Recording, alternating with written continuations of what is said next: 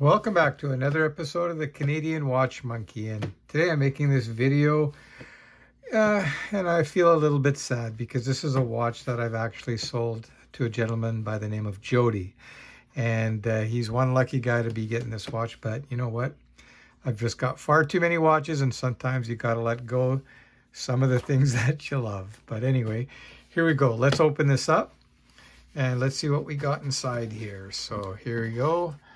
And this kit that I sold is absolutely a full kit. It comes with box, papers, manuals, everything. So watch was originally purchased from WatchMax. And what the really cool thing is, if you check this out, the date that it was actually purchased was right here, December 17th, 2021. December 17th is Jody's actual birth date. Of course, I don't think he was born in 2021 though. But anyway, yeah, that's it there. So the watch is just almost a year old now. And I let this watch go at a very good price. But anyway, let me get this outer box out of the way, and we'll open up the inner box now, and let's see what we've got in here. And so here you go. There it is, the Oris Diver 65 in the 40mm size, which to me is by far the nicer watch. I like the dimensions of the watch better, and I like the fact that the date is located at the 6 o'clock position. Now, I'm just going to take this off the cushion here so you guys can take a better look. And the watch is in phenomenal condition.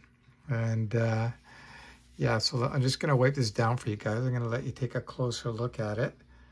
And you can see it's in absolutely stunning condition. I love that domed sapphire crystal. It's just stunning, and the way it distorts, it's beautiful. The rubber strap is very nice too. It's got a very heavy taper. It's going from 20mm down to, I don't know, I'm going to guess that's like 12, maybe even less. Let's see. Sorry, not 12, 16. So it's going from 20 down to 16, 16.5. And I'm just going to zoom in a little bit for you guys so you can just see how nice looking this watch really is. So there you go. And the date window is done nicely as well. It's color matched to the dial. Now, I don't know if you guys can tell in the video, this watch is actually blue. It's not black, but in most lighting, it does appear to be black. You can see that the indices are done in a faux patina. I'll be doing a lume shot towards the end, and I'll be comparing it to one of my other watches. It's got a beautiful bezel around here. I believe it is sapphire, a lumed pip, and the bezel has a really nice click to it. I'll move it a little closer so you can hear that. But yeah, it's very nice. And just bring it back to the position here, and you can see everything lines up perfectly on this watch.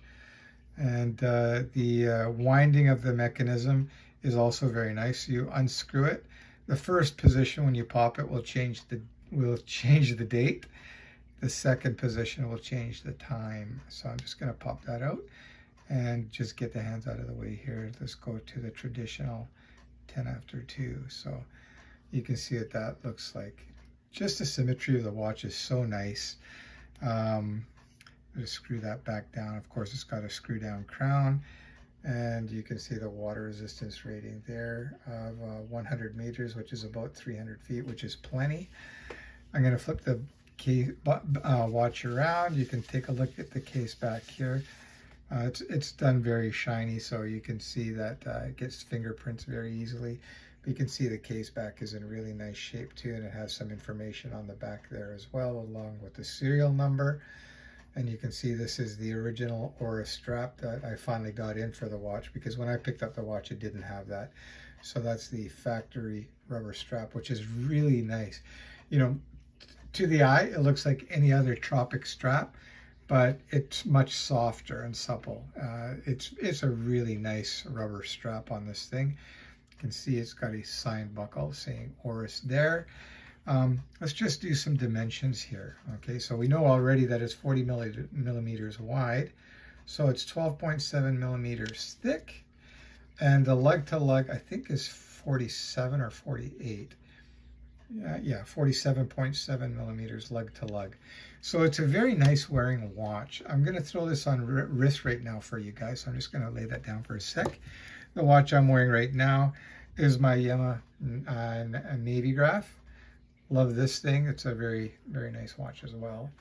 And I'm just going to pop that off. And I'm going to throw on the Oris Diver 65. This has really become a favorite among many people. I'm just going to zoom back out for you guys so you can see what this watch looks like on a 7-inch wrist. So I'm just going to throw that on there like that. And I tend to wear my watches a little bit on the loose side. I don't like them snug. It almost makes my wrist or hand or arm, whatever you want to call it, feel claustrophobic. And so there you go. It's on. So let's take a look at that. So you can see it's a very nice wearing watch. Yeah, like I said, I've kind of mixed feelings about letting it go, but you know what? It's going to go to a good home, to someone that's going to really appreciate it. And I hope he really enjoys this watch. Yeah, so what do you guys think of that as far as looks go? I think it looks fantastic. And like I said, the 40 millimeter size is really great. I've really, my taste in watches have changed quite a bit. I tend to gravitate towards more to that 38 to 40 millimeter size. Here's another smaller dive watch too, as I just showed you. And you can see they look pretty close to the same. I believe this is a 38 and this is a 40. Now, I'll show you another watch that I have as well. Like I said, I'm going to do a loom shot with all three of these watches. This is a watch that's got me into kind of collecting, back into collecting, I should say. This is the limited edition Christopher Ward C65 Trident, and it's a hand wind. It does not have a screw down crown, but it still maintains a 200-meter water resistance. And it is a limited edition. I'm just going to zoom in a little bit for you guys too, so you can see that. All right, so it's got a beautiful yellow dial. I'm never going to let this watch go. It's just, you don't find too many yellow dial watches that look this good. And I'll flip it over here and you can see the information on the back there as well. You can see it says limited edition and it has the number there. And yeah, just a beautiful case back on this too. So you can compare case backs on these two. The Oris is a little bit plainer. It's just kind of more etched in, whereas this is more embossed. This is a very heavy imprint or casting of the Trident and the Christopher Ward there. And the Yema is kind of in between the two. The Yema's also got a very nice looking case back as well. Again, it's got lots of fingerprints here. Just let me clean that off. By the way, if you wonder why a lot of watch reviewers wear gloves, it's not to cover their ugly hands or fingers. It's more to keep the smudges off the watch. But there you go. So that's the Yema Navygraf. Great watch. And but anyway, let's get back to the Oris Diver 65. And like I said, it's a really stunning watch. And I really do have mixed feelings of letting it go. But you know what? Like I said, I've got too many watches. And this thing is in beautiful shape. Just let me clean that off. And yeah, I think Jody's going to really enjoy that watch for sure.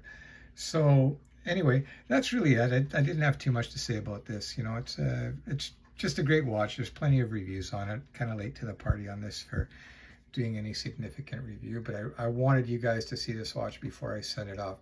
It's an absolutely stunning piece. If you guys are thinking about picking up the Oris Diver 65, I would highly recommend get the 40 millimeter size.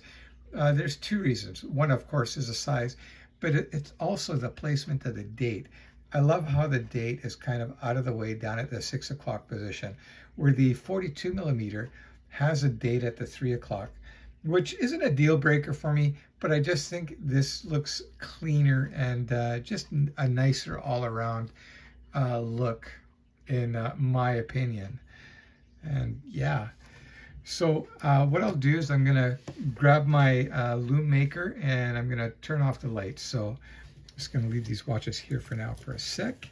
I don't have my trusty assistant here at the moment, so I'm going to have to do this on my own. So just give me a sec, guys. I'm just going to loom this up really quickly here for you guys with my Magic Loom Maker. Actually, it's a black light. So I'm just going to loom that up, and that one, and the Navygraf. And let's see which has got the best loom. Okay, so I think that's pretty evenly dispersed between the three. Kill the lights and let's see what we got.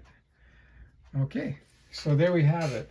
All three watches looming away. So here we got the Oris Diver 65, and we'll get the Christopher Ward, and you can see that's looming away quite nice too. And then we've got the Yema Navygraf. So yeah, you can see the Yema, it dies down pretty quick as far as the loom goes.